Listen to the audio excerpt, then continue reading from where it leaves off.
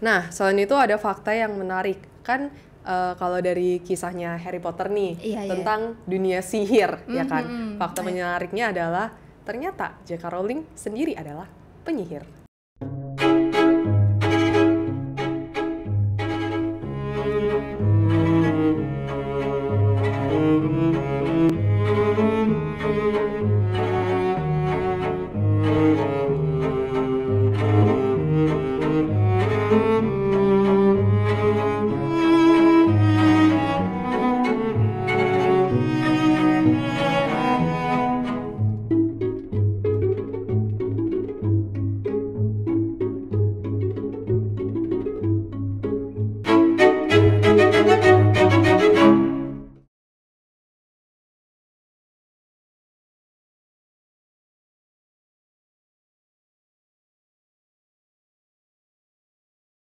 Halo guys, welcome to our channel bersama gue Tiara Olivia dan Aileen Ho, di catatan Misteri.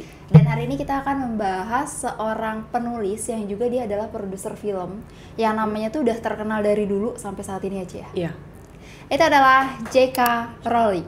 Dan seperti biasa, gue mau bacain sedikit biografinya dan teman-teman juga udah bisa baca di wikipedia.com ya guys ya. J.K. Rowling memiliki nama asli Joanne Rowling, lahir 31 Juli tahun 1965. Ia dikenal sebagai seorang penulis, produser film, dan penulis skenario Inggris. Bahkan ia juga adalah penulis dari seri Harry Potter yang telah memenangkan banyak penghargaan dan terjual lebih dari 500 juta kopi pada tahun 2018. Dan tepat pada tahun 2008 menjadi seri buku anak-anak terlaris dalam sejarah. Rowling menempuh pendidikan sekolah menengah di Wheaton School and College, sebuah sekolah negeri yang dimasukinya pada usia 11 tahun. Rowling mendapatkan inspirasi menulis dari guru favoritnya yang bernama Lucy Shepherd yang mengajarkan pentingnya struktur dan ketelitian dalam menulis. Smith menulis bahwa Rowling sangat ingin memainkan gitar listrik yang berat dan menggambarkan Rowling sebagai gadis cerdas namun pemalu. Dan menurut gurunya yang lain yang bernama Dale Newshander, Rowling membuat para gurunya terkesan dengan imajinasinya. Bahkan ketika Rowling beranjak remaja, bibi buyutnya memberinya buku yang berjudul Hounds and Rebels, autobiografi aktivis hak asasi Jessica Mitford. Mitford segera menjadi idola Rowling dan ia mulai membaca semua buku-bukunya. Setelah lulus kuliah, Rowling pindah ke sebuah flat di Clapham Junction bersama teman-temannya dan mengambil kursus untuk menjadi sekretaris dwi bahasa. Saat ia bekerja paruh waktu di London, Amnesty International mempekerjakannya sebagai pendokumentasi masalah hak asasi manusia di negara Afrika yang berbahasa Perancis. Rowling kemudian mulai menulis novel dewasa saat bekerja paruh waktu. Meskipun novel-novel tersebut tidak pernah diterbitkan, namun pada tahun 1990, Rowling berencana pindah bersama pacarnya ke Manchester. Dan ia seringkali melakukan perjalanan jauh dengan menggunakan kereta api. Dan pada saat di perjalanan, tepatnya berada di dalam kereta yang terlambat 4 jam dari Manchester ke London, ketika karakter Harry Potter, Ron Weasley, dan Hermione Granger muncul dengan jelas di pikirannya. Karena tidak memiliki pena atau kertas untuk menulis, ia mengeksplorasi karakter dan cerita tersebut ke dalam imajinasinya dan mulai menulis setelah tiba di flatnya. Yang kemudian pada tahun 1999, ibu dari 3 anak ini menjadi sorotan internasional ketika 3 seri pertama novel remaja Harry Potter mengambil alih 3 tempat teratas di daftar New York bestseller. Karena pada tahun 1997, penerbit Osprey merilis buku Harry Potter yang berjudul Philosopher's Stone di Inggris dan itu sangat terjual laris manis. Dan ketika di Amerika, ia juga merilis buku yang berjudul And the Sorcerer's Stone. Dan selain itu juga, Rowling telah memenangkan banyak penghargaan atas seri Harry Potter dalam bidang sastra umum, sastra anak, dan fiksi spekulatif. Pada tahun 2000, Tawanan Azkaban meraih nominasi Whitbread Book of the Year dan bersaing dengan buku karya pemenang hadiah Nobel.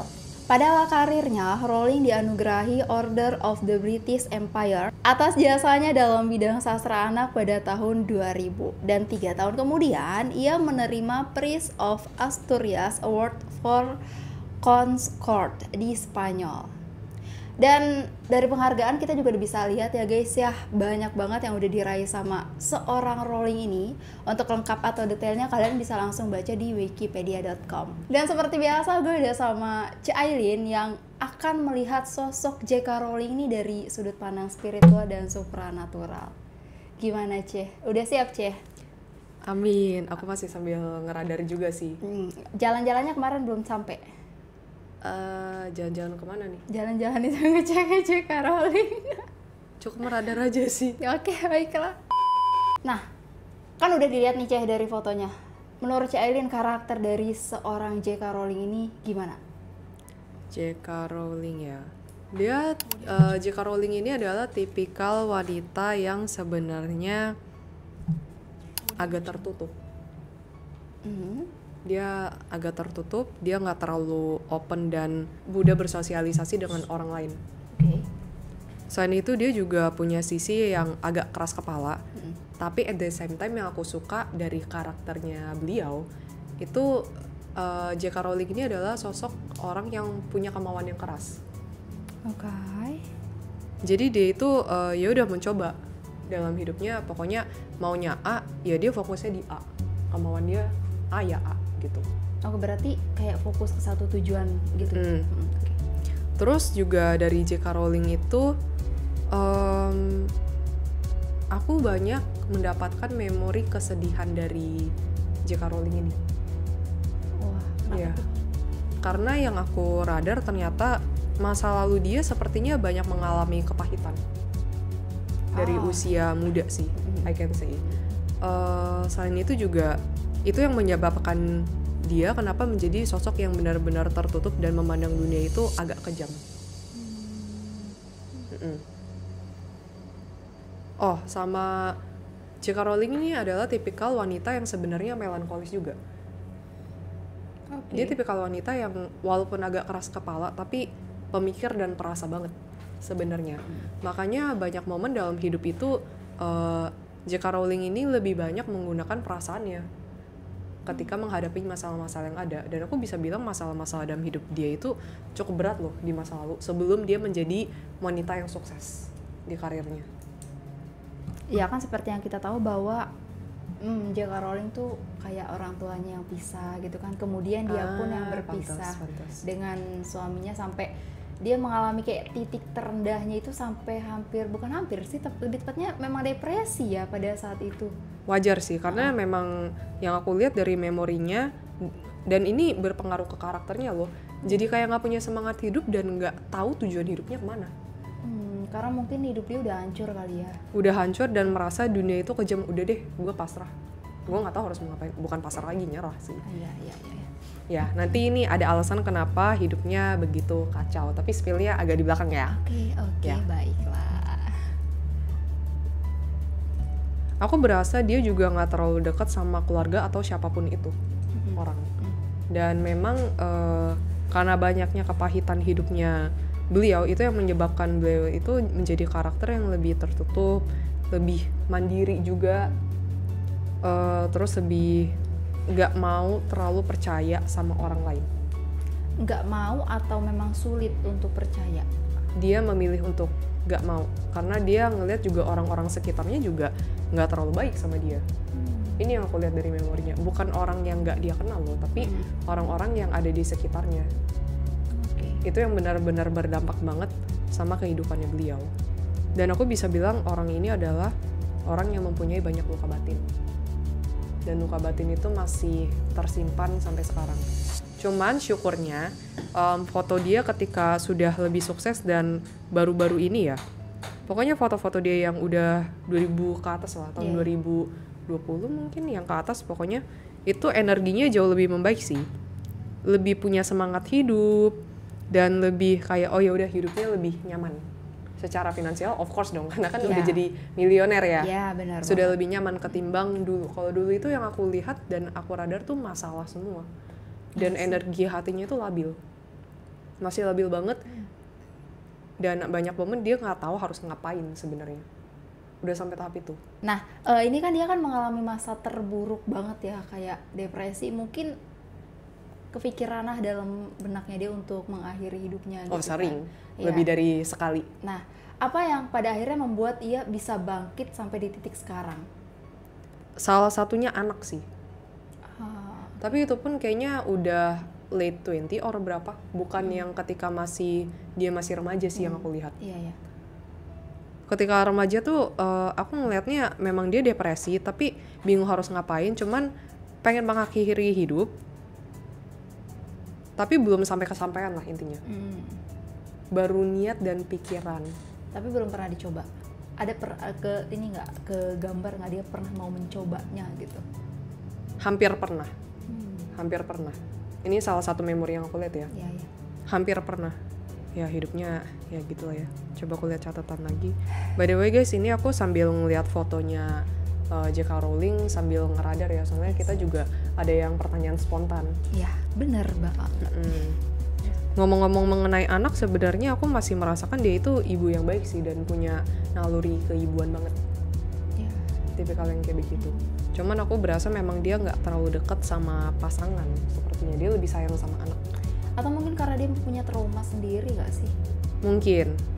Aku nggak tahu sejarahnya beliau karena aku nggak terlalu banyak baca. Iya ya. Tapi aku ngelihat memang banyak orang-orang sekitar dia yang akhirnya nyakitin beliau. Ya karena udah sering tersakiti mungkin ya. Jadi yang sekarang ada anak udahlah deket sama anak aja. Dan setelah punya anak, dia merasa kalau dia itu punya tanggung jawab, nggak bisa ninggalin anaknya begitu aja. Dia sayang sih sama anak-anaknya. Sama memang aku ngerasa dari beliau ya, kan memang dia sukses di bidang novel ya. Iya, novel. Tapi aku memang merasa dia itu sebenarnya jago banget dan memang berbakat di bidang sastra dan seni. Sebenarnya memang J.K. Rowling ini orang yang sangat amat imajinatif dan seninya itu tinggi loh. Oh. Dia punya taste mengenai seni itu sebenarnya bagus banget kalau aku bisa bilang. Dari imajinasi dia bisa dikemas menjadi sesuatu yang menarik. Nah, kebanyakan yang orang tahu itu kan di buku itu kan lebih ke penulisan itu kan lebih ke sastra kan. Iya, iya. Tapi for me itu juga salah satu seni. Dia bisa menuangkan apa yang ada di pikiran dia itu menjadi sebuah seni yang benar-benar memanjakan para pembacanya. Iya, iya. Dan benar-benar memainkan imajinasi orang. Emang berbakat, dan aku ngeliat bakat ini memang bakat alami yang ia punya sejak muda. Iya kan sesuai yang tadi sempat aku bacain juga kan, bahwa dia dipuji sama gurunya karena dia memiliki imajinasi juga kan. Itu mungkin Memang dari kecil. Dan aku pernah pas nerawang dia nggak sengaja ngeliat satu vision ketika sebenarnya udah agak dewasa sih. Kayaknya lagi kerja. Aku bisa bilang kerja karena pakaiannya lebih formal lah. Oke. Nah terus ya itu lagi ketik esai atau jurnal gitu lah, sejenis kayak gitu. Nah either ketik atau enggak nulis ya, nulis sih, lebih ke nulis. Aku ralat, lebih ke nulis, kayak nulis jurnal atau enggak nulis esai. Itu nulisnya lancar banget dan bagus banget. Kayak nggak ada susahnya, kayak effortless banget dia nulis dengan cepat langsung jadi. Tapi pemilihan katanya terstruktur dan benar-benar bagus. Aku nggak tahu isi tulisannya apa, tapi dapat abstraknya kayak begitu ketika beliau kerja. Itu kayaknya sebelum menjadi sosok yang terkenal sih. Nah, selain itu ada fakta yang menarik. Kan kalau dari kisahnya Harry Potter nih, tentang dunia sihir, ya kan? Fakta menariknya adalah ternyata J.K. Rowling sendiri adalah penyihir. Ah, serius? Iya, dia penyihir. Bukan cuma penulis doang maksudnya gitu? Enggak, karena banyak hal yang di Harry Potter yang aku notice itu agak terlalu detail ya di filmnya. Iya. Di filmnya, dan aku sendiri juga udah ngeradar si sosoknya J.K. Rowling sendiri, confirm beliau adalah penyihir. Oke. Ya makanya film Harry Potter itu kalau teman-teman lihat, setuju gak sih filmnya benar-benar bagus banget, detail banget, tapi benar-benar menarik gitu. Kayak mind blowing aja kisah ceritanya. Oke Nace, sebelum kita lebih lanjut lagi membahas mengenai J.K. Rowling ini, dikatakan tadi bahwa J.K. Rowling sendiri itu adalah seorang penyihir. Nah, sejak kapan sih ia mempelajari ilmu sihir tersebut, Ceh? Oke. Jadi kalau dari mempelajarinya, beliau itu belajar dari usia muda lah, mungkin berapa belasan atau enggak seumuran aku nggak tahu terlalu exactly persisnya umurnya kapan dia belajar, tapi aku ngelihat di Vision tuh seumuran aku kayak 20-an lebih gitu, dia udah kayak baca-baca buku sihir, terus kadang dia juga praktekin ilmu sihir itu sendiri, ada memori dia juga sebagai praktisi, makanya aku bilang dia adalah penyihir karena dia juga mempraktekkan ilmu sihir, dan ini kiblatnya lebih ke arah yang gelap dalam artian lebih ke kubu kiri, bukan ke kubu kanan. Nah, selain itu aku ngeliat juga di memorinya beliau juga banyak baca buku mengenai sigil, mantra. Beliau banyak belajar loh, terus terang, mengenai dunia persihiran dan dunia black magic. Beliau banyak tahu. Selain itu aku ngeliat juga kalau di film Harry Potter kan banyak mengenai sosok-sosok mitologi, bener gak? Nah, nanti baru di-spill apakah sosok mitologinya itu bener atau enggak di belakang ya intinya. Di belakang. Nah, intinya adalah dia juga sempat membaca buku-buku mengenai sosok-sosok mitologi juga. Jadi dia pelajari juga. Itu salah satu yang menginspirasi beliau untuk dicantumkan ke dalam bukunya dan karya-karyanya intinya. Selain itu, aku juga ngelihat memori sebenarnya beliau itu juga punya banyak teman astral. Teman astralnya itu nggak cuman demon. Jadi ada sosok astral yang aku lihat itu kategorinya itu jin sama demon. Beliau juga kadang suka nanya-nanya, bahkan cerita. Pokoknya kayak sharing, abis itu atau enggak kayak cari informasi untuk penulisan di buku-bukunya itu melalui astral-astral itu. Intinya seperti itu.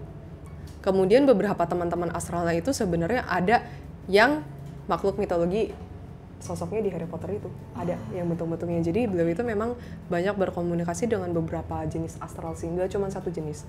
Tapi back again kategorinya memang jin sama demon kebanyakan yang aku lihat. Ya. Dan ada memori waktu itu beliau itu kan yang tadi aku bilang masa lalunya kan banyak masalah kan. Nah dia sempat cerita mengenai masalah-masalah hidupnya beliau ke si sosok astral ini. Oh makanya dia nggak pernah cerita ke manusia mungkin. Iya salah satunya. Pokoknya ada memori yang aku lihat intinya dia cerita hidup aku tuh gini. Aku tuh merasa sedih banget kayak hidup tuh nggak sesuai ekspektasi dan kenapa sih hidup itu kejam? Kenapa hidup aku banyak banget masalah? Aku tuh berharap hidup aku tuh lebih baik loh. Aku berharap hidup aku lebih nyaman. Dia sempat cerita ke astral ini, aku nggak tahu astral yang mana soalnya temennya banyak, tetapi aku sempat ngeliat vision itu di memorinya si J.K. Rowling. Ya. Nah tadi kan sempat dikatakan bahwa J.K. Rowling juga mempelajari, baca buku sampai mempraktekkan. Itu tuh kenapa sih ia pengen mempelajari tentang sihir ini? Salah satunya, salah duanya. Yang pertama dia memang tertarik dengan dunia supranatural, kedua memang dia punya bakat. Dan bakat ini ternyata turunan. Jadi, ia bisa menjadi sosok penyihir bukan tanpa sebab. Bukan cuma karena ketertarikan beliau terhadap dunia supranatural, tapi memang karena ada keturunan penyihir. Darahnya itu ada darah penyihir. Aku nggak tahu keturunan yang mana bermain, tapi ada beberapa keturunan di atas dia yang memang main ilmu sihir juga dan merupakan seorang penyihir yang akhirnya kemampuan itu nurun ke keturunannya. Dan beliau salah satunya yang dipilih menjadi penerus dari si keturunan-keturunan ini. Dan memang aku ngelihat memang beliau punya bakat supranatural yang cukup cukup bagus. Memang beliau peka sih. Ada memori pas aku ngeliat pas kecil itu kayak umur 8 tahun ya. Dia kayak either melihat atau merasakan sosok astral. Jadi memang udah peka. Udah peka banget dan sensitif dari kecil. Nah, tapi setelah usia remajaan ya, atau umur kayak Sakui yang tadi aku kasih tahu, baru mulai benar-benar belajar banget dunia magic, dunia sihir. Dan akhirnya dia tahu, aku nggak tahu exactly kapan usia beliau tahu, tapi dari memorinya dan energi hatinya yang aku radar, beliau akhirnya tahu kalau beliau itu bisa seperti ini dan agak berbeda dari yang lain karena punya darah penyihir itu. Akhirnya dia notice, kayaknya ada ancestor gua yang main. Gue baru tahu. Intinya dia akhirnya tahu. Nah, mundur sedikit ke masa lalunya dia nih. Dia kan punya masa lalu yang bisa dikatakan suram, terburuk. Nah, ya itu tuh sebenarnya dipengaruhi juga nggak sih dengan darah penyihirnya dia atau dengan dunia sihirnya dia sendiri? Of course. Ini adalah politik dari iblis ataupun kubu kiri. Ketika kubu kiri sudah berhasil menguasai kita, apalagi bisa dibilang itu kan dari keturunan kan.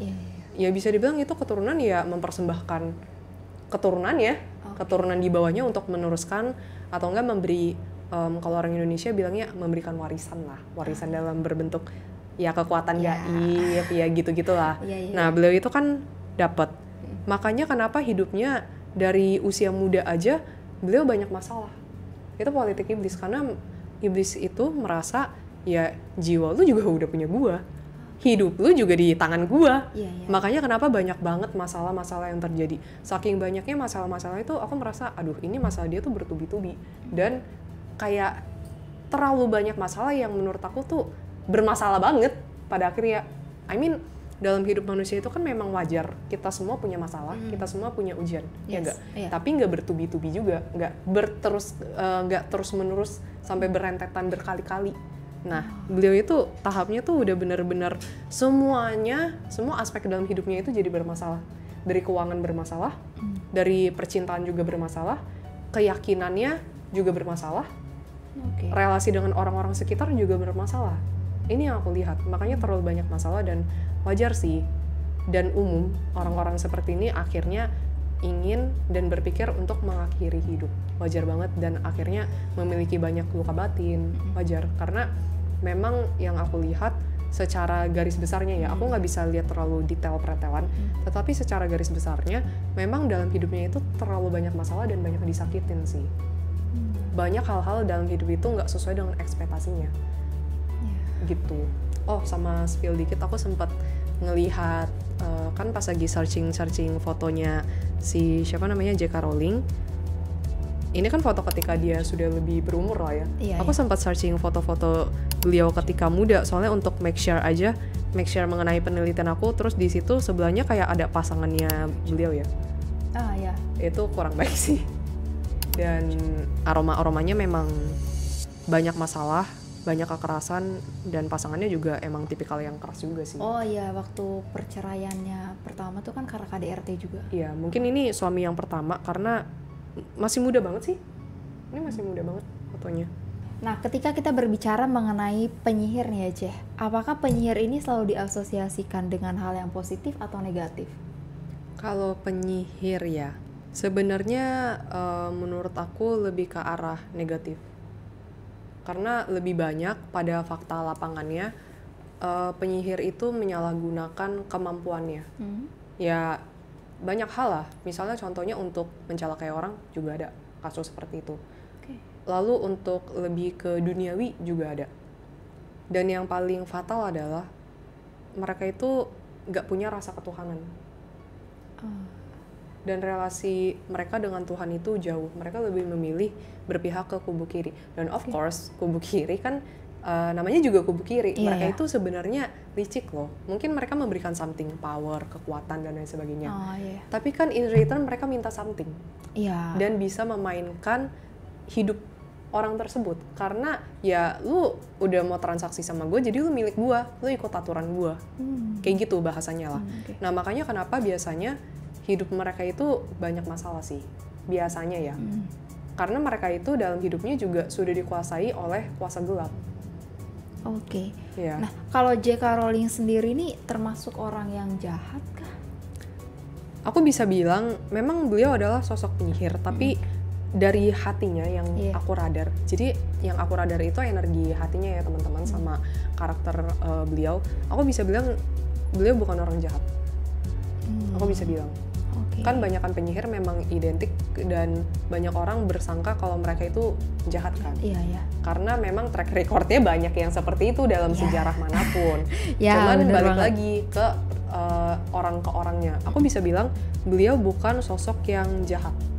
Aku nggak merasakan J.K. Rowling ini memiliki niatan untuk menjatuhkan orang atau mencelakai orang. Aku belum merasakannya. Tetapi memang rasa ketuhanannya agak kurang. Dan cenderung menolak ketuhanan. Tapi kan aku sempat baca di website juga aja bahwa sosok J.K. Rowling ini adalah, dia kan agamanya agama Kristen ya, sosok yang taat juga deh. Oke, mungkin bisa taat secara ritual keagamaan, tapi secara hati enggak. Logikanya gini, orang yang hidupnya banyak masalah, ya apakah beliau ingat Tuhan? Belum tentu. Malah sempat terpikirkan untuk bunuh diri. Ya, itu. Dan aku lebih merasa energinya lebih banyak ke arah kubu kiri ketimbang ketuhanan. Aku sempat ngecek dan di kubu kanan mungkin di mulut dia bisa mengatakan aku percaya Tuhan, aku percaya Tuhan. Tapi pas aku radar, apalagi menggunakan energi yang positif, jadi kayak istilahnya aku sedikit ngambil energi positif lalu ditembak ke beliau, beliau kayak nolak gitu. Intinya begitu, lebih menolak dan hatinya kayak enggak. Itu udah mainan energi hati ya. Tetapi ketika di kubu kiri memang beliau sudah terbiasa dan memang banyak explore di bidang itu. Jadi bagi teman-teman tolong bedakan ya, ke ibadah manapun, walaupun orang tersebut rajin, mau rajin sholat atau gimana pun, tetapi kalau hatinya nggak ingat Tuhan, dalam hidupnya juga nggak mempraktekkan nilai-nilai ketuhanan, menurut aku itu percuma. It's a bullshit for me. Sebenarnya Tuhan itu lebih mementingkan energi hati kita dan niat dan tujuan dari hati kita. Balik lagi semuanya ke hati. Kalau memang niat hati kita positif dan tujuan kita positif, Tuhan tahu. Tuhan tuh nggak bisa dibohongin. Tuhan ngeliat hati intinya. Dan kalau memang benar-benar percaya sama Tuhan, harusnya lebih pasrah sama Tuhan. Nah, dari sosok J.K. Rowling ini, aku nggak melihat beliau itu sebenarnya pasrah. Makanya banyak banget masalah-masalah hidup, sampai beliau depresi, tapi masalahnya datang bertubi-tubi terus. Nah, itu di situ. Nah, jadi kan J.K. Rowling ini bisa dikatakan lebih kiblatnya mungkin ya, kiblatnya di kubu kiri. Apakah ada pengaruh dengan kesuksesan dia saat ini? I can say yes. I can say yes. Aku nggak tahu sebenarnya beliau itu kontrak atau enggak, karena aku belum bisa banyak bicara karena aku sendiri belum dapat vision itu. Aku belum bisa ngeradar sedalam itu dan belum dapat lah intinya, karena kan vision yang muncul itu sebenarnya juga random. Aku nggak bisa ngatur vision mana yang mau aku bacakan, intinya begitu. Tapi memang ketika dalam membuat karya-karyanya banyak dibantu sosok astral. Kayak dia tanya tentang ini gimana, terus mengenai mitologi itu kan spesifik banget kan di filmnya, sampai bisa penggambaran makhluknya dengan detail, karakternya dengan detail. Itu dia ada minta bantuan dari sosok astral. Itu confirm banget. Dan tektokan dengan astralnya cukup banyak, itu iya. Energinya sih memang dia lebih nyaman di kubu kiri ya ketimbang energi Tuhan sih. Iya, ada perasaan dalam hatinya nggak menjauh kayak gitu kalau dari energi yang putih. Back again, beliau bukan sosok yang jahat, tapi bukan manusia yang berketuhanan sih, dan bukan sosok manusia yang dekat dengan Tuhan. Malah aku bisa bilang beliau itu cukup menolak energi ketuhanan. Nah, apa sih yang menginspirasi sosok J.K. Rowling untuk bisa membuat buku dan film tentang Harry Potter ini sendiri, Ceh? Salah satunya yang aku bisa radar itu adalah memang beliau itu kan punya banyak pengetahuan tentang dunia black magic. Apalagi beliau juga bertemu dengan banyak sosok-sosok yang ya bentuknya bukan human lah, sosok-sosok mitologi itu. Makanya pas aku radar mengenai energi hatinya ya, beliau merasa wah ini menarik, ini bisa dijadikan suatu cerita yang dipadukan sebenarnya dengan imajinasinya beliau. Jadi nggak semua yang ada di Harry Potter itu beneran 100% real. Ada yang bagian itu cuman imajinasinya dan ya bumbu tambahan lah supaya lebih menarik. Tapi memang ada bagian realnya yang sesuai dengan pengetahuan dan fakta yang ia lihat di depan mata. Lebih ke arah itu sih. Dan memang beliau itu memang sangat suka dengan dunia imajinasi yang aku lihat. Benar-benar totalitas dan usaha banget di situ. Nah, dari buku dan film tentang Harry Potter ini ya, itu tuh termasuk seni atau memang imajinasi, atau ada pesan khusus nggak sih yang pengen disampaikan sama J.K. Rowling sendiri nih dari kisah-kisah Harry Potter tersebut? Sebenarnya dari back again yang aku trace itu dari energi hatinya ya. beliau itu ingin menunjukkan kalau dunia astral tuh sebenarnya seperti ini. Ada loh sesuatu hal yang nggak terlihat tapi nyata. Tersiratnya mungkin itu, menurut aku. Dan satu lagi mungkin secara sengaja maupun nggak sengaja, sebenarnya dia tahu sih mengenai resiko ini. Ketika beliau publish mengenai ini semua, ya orang-orang tahu dia itu penyihir. Tapi untuk kaum dan kalangan yang memang mengerti. Dalam artian kalau orang biasa mungkin ya ini mah cuma imajinasi doang. Tapi untuk orang-orang yang ngerti di dunia kubu kiri, dunia astral, itu pasti bakal bertanda tanya atau enggak. Yang kedua itu bakal see something. Dia itu penyihir. Ya, tapi aku kan sebagai orang awam ya, aku pikirnya kayak ya dia cuma penulis aja gitu, punya kreatif atau ide-ide yang akhirnya memunculkan film dan buku dari Harry Potter tersebut. Oh sama ini sih, ini lebih ke arah misinya beliau ya yang aku rasakan. Dia itu pengen orang-orang itu tahu dan kayak membaca sekaligus apa ya bahasanya, menikmati karya-karya imajinasinya juga. Memang ada yang sebagian real supaya ya pengetahuan yang ia tambahkan, tetapi ada juga dia kemas sebagai ini imajinatif banget loh, kayak gitu. Dia ingin orang-orang menikmati imajinasi yang dia punya juga intinya. Apalagi menurut pengalamannya beliau memang dunia astral itu luas dan benar-benar menarik sih.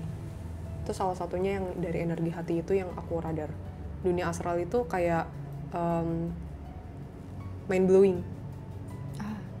Makanya menurut dia ini adalah kisah yang menarik, bisa diceritakan, bisa disusupin dan bisa dimasukkan ke dalam karya-karyanya. Nah, Jess, setelah bukunya laris manis, filmnya juga banyak menarik lah pokoknya. Ada nggak sih dampak yang diterima oleh si Rowling sendiri? Misalkan tiba-tiba ada penyihir lain yang yang nyuruh untuk si Rowling ini berhenti atau stop kayak gitu-gitu dah. Aku lebih ngerasa daripada undangan untuk join menjadi sesama penyihir. Atau mungkin ancaman gitu kan. Aku lebih ngerasa ada yang ngirim beliau secara energi dari jarak jauh. Itu yang aku rasakan ya. Sekelebat dari memorinya, aku nggak tahu dia lagi duduk atau ngapain gitu. Soalnya vision nggak terlalu jelas. Tapi yang aku bisa pastikan beliau itu lagi posisinya di dalam rumah. Terus ada energi yang nyerang. Cuman masalahnya beliau itu kan memang secara supranatural kan kuat. Jadi ya serangan itu nggak ada apa-apanya, means nothing. Dan memang backingan astralnya juga kuat. Jadi ya di backingnya lah astral ya. Iyalah, wajar dong. Soalnya kan orang-orang seperti ini apalagi punya kontrak keturunan, itu biasa backingan astralnya lumayan. Baiklah. Namanya juga dikuasai oleh kuasa gelap. Baiklah. Nah, karena ini tuh menarik banget ya kita membahas mengenai J.K. Rowling yang notabene dia adalah penulis dan pembuat film dari Harry Potter. Gimana kalau misalkan kita langsung bahas aja mengenai Harry Potternya? Boleh. Check it out.